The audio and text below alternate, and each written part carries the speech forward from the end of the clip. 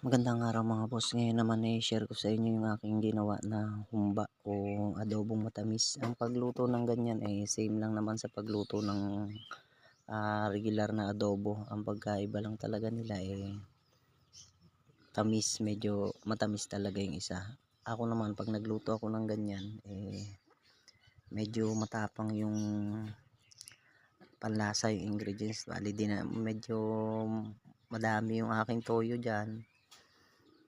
Tapos asukal, yung laurel ko medyo madami-dami din. Kaya lagyan ko yan mga 2 balot na laurel. Tapos yan na nga yung highlights natin dyan. Nilagyan ko sila ng hinog na langka. Dahil matamis naman siya, hindi magko-conflict yung lasa nila. Pampabango lang yan, dagdag aroma ba. At ayan na nga ang ating humba. Yun lang, maraming salamat.